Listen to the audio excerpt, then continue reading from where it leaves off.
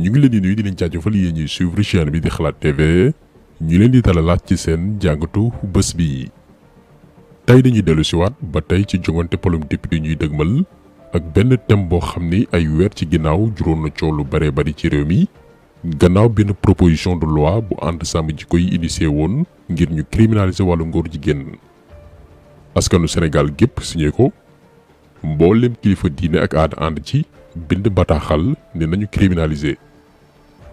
waaye ay député pété ci la majorité présidentielle yi ne ñoom ay député Macky Sall lañ ne choix wu askan woowilee rawatina seeni kilifa yi ñu gëm lem nañ ko ba mu jekk teg na le góor jigéen kenn du ko criminaliser Sénégal taxaw défier seen askan. tey ñoo ngi à moins d'une semaine ngir tànnat ay député yu bees mais ndax xam ngeen ni ci député yooyu rejeté woon proposition de loi bi ñu bari boole waat nañ leen ci liste Benno Bokk Yaakaar yi ngir yow ma ñu bañaloon nga falaat leen. lii nag question de choix la et de responsabilité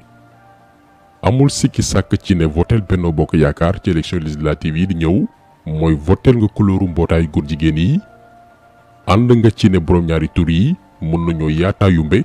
wuyal seen agenda ci biir réew mi di def propagande pour influencer génération yi ñëw. ci fànn woowu nag question de responsabilité boobu noonu responsabilité wu votel waa Benno dooleel LGBT Serigne Habib Sy Dabakh defoon na ci sortie bu mucc ayib. fan yi passé assemblée nationale mbokk yi fi jóge woon pour defar jikko yi nu mu tudd association la xaw ma nu mu tudd. ah ànd sàmm jikko yi. c'est dommage am lu ñu naqari ñun ñëpp assemblée nationale dégg naa am ñu ni code bi prévoiroon na loolu man leen seen code bopp la ak seeni loi bopp ñu dicté leen ko ca France waaye affaire ngóor jigéen moom alquran nee na wa ma qawmu luutin minkum bi baid yéen a ngi jëm nag ci ay voté yéen laay waxanteel les jeunes surtout képp ku dem woteel nit te mu lànk ci pétition bii ñu doon wax ngir jëmmi yàlla ak yonent bi boo ko voteelee ëllëg yowmal qiyaamati di nga dajeeg sa borom mu rëq sa ndigg maa leen ko wax. li ci des nag itteelu ma affaire politique ça m'intéresse pas na ngeen bàyyi seen xel bu baax a baax ci ñi ngeen di voteel yi ëllëg képp ku ci voteel koo xam ni la ñuy sàkku booba ba léegi ci affaire ngóor jigéen ñu lànk ni ñoom duñ ko signé nanguwuñu ko nga jël carte dugalal leen ko bu yowmal qiyaamate bu yàlla di régler affaire ngóor jigéen fii ci Sénégal dinañ la woo nga nekk témoin al yawma naxtimu ala afwahihim wa tukallimuna aydihim wa tashhadu arjuluhum bima kaanu yaksibuun. bàyyi leen xel ci loolu yéen les jeunes laay waxanteel. donc côté Benno moom yaakaar nañ ni kon leer na voté leen dafay laaj ëllëg nga layoo ko ak sa borom ndax dafay mel ni da nga ànd ci ñuy dooleel góor jigéen yi. mu des kon yeneen coalition yi ndax ñoom gannaaw bu ñu Benno Bokk Yaakaar bañalee noppi nañ ngir criminaliser wàllu ngóor jigéen bu ñu leen yóbbee assemblée nationale. bu ñu ne yeneen coalition yi nag mooy bokk gis-gis naataange askan wi aar Sénégal coalition buntu bi les serviteurs MPR yeewi askan wi ak wàllu Sénégal. ci fànn boobu nag collectif ànd sàmm jikko yi envoyé nañ ay mémorandum mboolem coalition yi ñu leen limal benn poñ ci mémorandum boobilee ñu laaj leen ndax noppi ngeen ngir criminaliser wàllu ngóor jigéen bu ñu leen falee. am nañu tontu mu leer naññi ba noppi joxe seen position publiquement mu leer am ñoo xam ni seen discours leerul dañuy signaler gauche di jàddu droite am ñeneen ñoo xam ni tontuwuñu loolu mooy duñ ko voté. ñoom ñëpp daañu ñëw ci seeni cas sénégalais xam kii kan mooy kan. parce que tamit mbiru borom ñaari tur yi dafa di sujet bu sensible ci ñu bari ci suñu homme politique yi ndax am na ñoo xam ni dañoo jàpp ni seen falu mi ngi dépendre ci lobby internationaux yi nga xam ni ñoo porté l'agenda LGBT bëgguñ ñooñu mere leen. genre politicien yooyu nag ñi nga xam ni ñemewuñu wax ci mbiru borom ñaari tur yi mu leer naññi ragal pété ku leen dénk ndombal tànk xamal ni delloowaat nga sa bopp ci mbuumu njaam ndax ñoom psychologiquement ci seen bopp jàpp nañ ni seen nekk député mbaa président dafay dépendre ci bët bi leen tubaab bi di xoolee ci lu neex tubaab bi ba tax na bëgguñ wax wala jëf luñ leen di meree rawatina wàllum borom ñaari tur yi. alors que ñun africains yi dañoo gëm ni ñun ak réewu Occident yi bokkuñ la même vision du monde. ñoom dañoo gëm ni développement dafay ànd ak doomi aadama bi topp bakkanam sëy ku ko neex diine wala cosaan bañ ko tënk. alors que ñun dañoo gëm ni développement dañ ko war a ñàkk ak ay valeur looy jombale sa bopp di xeex ak subaak ngoon ak sa bakkan. valeur du diine ak aada yi di feeñ ci lépp lu ñuy def ba ci fa ñuy nasee ko nocci. léegi nag ñu ñëw ci daj dëpp gi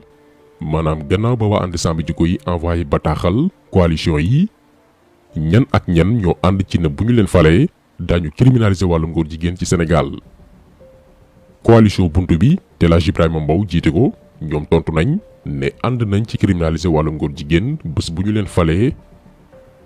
naataange askan wi seen tête de liste di Cheikh Alassane Sène ci seen côté tamit tontu nañ bataaxalu ànd sàmm jikko yi ne bu ñu demee assemblée nationale daañu criminaliser mbiru borom ñaari tur yi. coalition les serviteurs MPR bu Pape Djibril Fall ñoom aussi répondre nañ ci mémorandum bi ne bu soobee yàlla bu ñu leen falee daañu bokk ci ñuy porter proposition de loi ngir criminaliser wàllu ngóor jigéen ci Sénégal. wàllu Sénégal itam te maître Abdoulaye Wade jiite ko signé nañu charte d'engagement bi leen ànd sàmm jikko yi envoyé ne noppi nañ pour la criminalisation. Yewwi Askan Wi également te Ousmane Sonko di seen tête de liste ñoom gannaaw ba ñu àndee ci criminaliser mbir yi dañ ko booleeg fësal ko ci mbooloo à travers seen campagne. xam na mbir boo koy def da nga koy ñeme wala nga bako bëri na ñu nekk ci réew mi di wax ci politique ña ci ñeme taxaw jàkkaarloog yéen ne leen man su leen ma wóoloo jiital ma assemblée nationale dinaa voté loi boo xam ne loolu dañ koy araamal fii ci Sénégal ñoom ñëpp ñu ngi lam-laame xam ngeen Macky Sall biñ ko waxee ci mbir mi dafa ne loi bi nga xam ne moo fi nekk nga xam ne loi vers 1960 ba léegi loi boobu acte contre nature la wax nee na loi boobu doy na ñun nee nañu loi boobu réglé wul problème góor jigéen parce que àdduna fi dafa toll foo xam ne tubaab bi dañu am seen benn programme mooy fépp ci àdduna dañu fexe ba imposer ko kon ñun dañu ne su ngeen ñu yóbbu assemblée affaire Macky Sall yooyu ñu laam-laamee naan li fi nekk baax na bëgg lu neex tubaab yi ñun dañuy wax lu leer dinañu voté loi boo xam ne day leeral na définitivement. donc moment bi ñuy def vidéo bi muy bésu lundi 25 juillet 2022 jàpp leen ni juróomi coalition ñoo ànd ci criminaliser wàllu ngóor jigéen muy buntu bi naataange askan wi les serviteurs wàllu Sénégal ak Yewwi Askan Wi.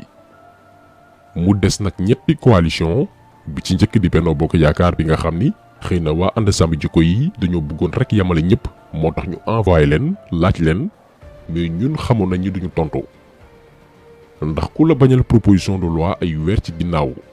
boole ci recruter ay imam pour ñuy wër di yàq sa der kooku du tay la koy nangul.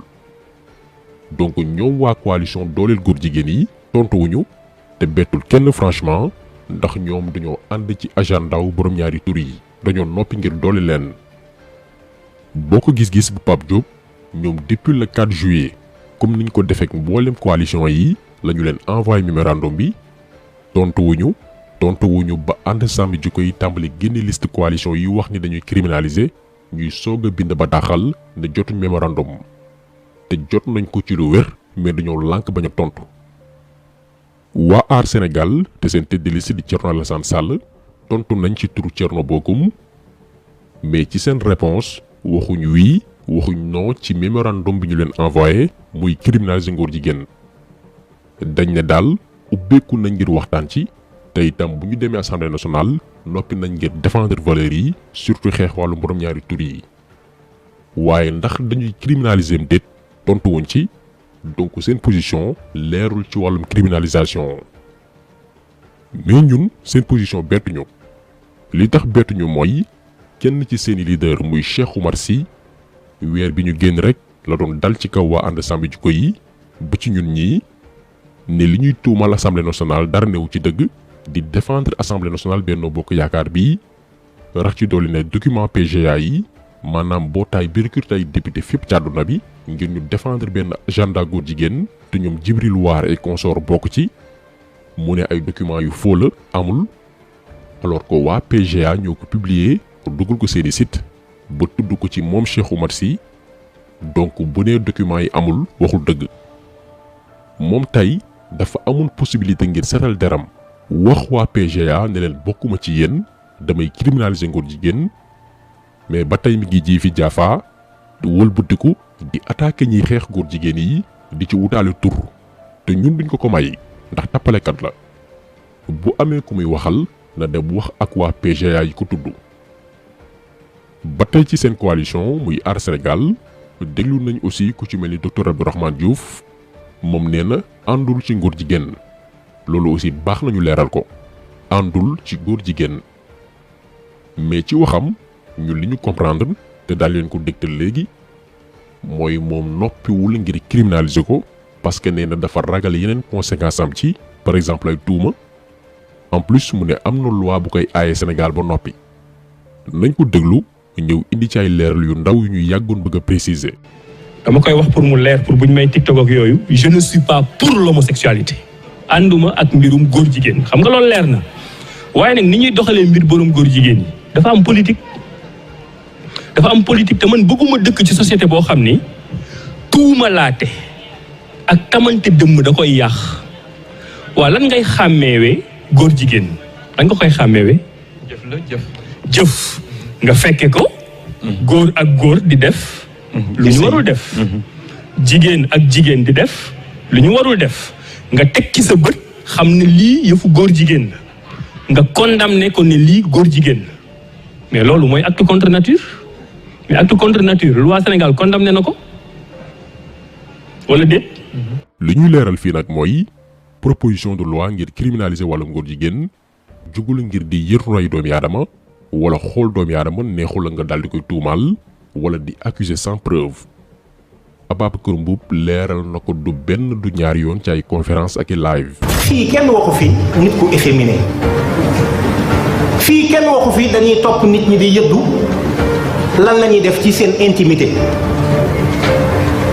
loolu diine ji gën a yaatu ci réew mi wala boobu muy diine l'islam ak diine catholique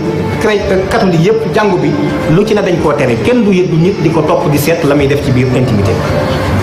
kon mbir mi du loolu la ñuy wax. donc lii képp ku ko déggul c'est parce que yow yaa bëggul comprendre li ñu lay wax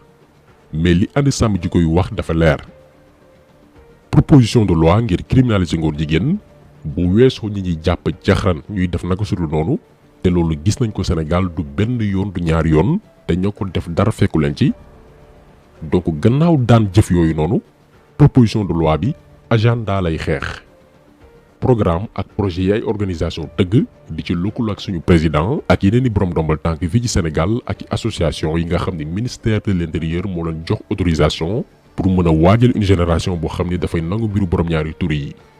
lii la proposition de loi bi di xeex. en plus loi bi docteur Abdourahmane Diouf di wax muy contre nature loi boobu noonu dafa xewi nekkatuloo diapason loi boobu noonu moo tax góor jigéen bu ñu jàpp Sénégal bàyyi la ndax ñaguñu loi bi leerul en plus loi boobee terewul kuy promouvoir ngóor jigéen maanaam benn sénégalais ay organisation bitim réew fay ko ngir mu sol drapeau borom ñaari tur yi mbaa di leen defal promo wala di lawal seen agenda yoonu Sénégal prévoiru ci benn daan alors que proposition de loi bi ànd sàmm ji koy initier dafay rëqandiku képp kuy promouvoir ngóor jigéen ndax ci loolu la lobby internationaux yi bëgg a jaar ngir soofantal góor ak góor ak jigéen yi sëy donc waa Aar Sénégal dañu jël seeni responsabilité ni criminaliser wuñu wàllum ngóor jigéen mais pas di wut ay porox ndoll wala di réeral opinion bi ndax ñoom xam nañ bu baax loi bi ñu proposé assemblée nationale lu muy wax ñu jàng lañ déggu loi xam lan mooy interprétation donc ci tënk jàpp leen ni kon juróomi coalition yii ñoo nangu ne bu ñu leen dénkee assemblée nationale daañu criminaliser dàq bépp jëf ak lépp luy promouvoir ngóor jigéen muy coalition buntu bi coalition naataange askan wi coalition les serviteurs waa wàllu Sénégal ak coalition Yewwi Askan Wi kon tax seetlu bi tey loolu la woon ñu ngi leen di gërëm di leen jaajëfal di leen di daje incha allah beneen yoon ci beneen jàngat jaa ngeen jëf.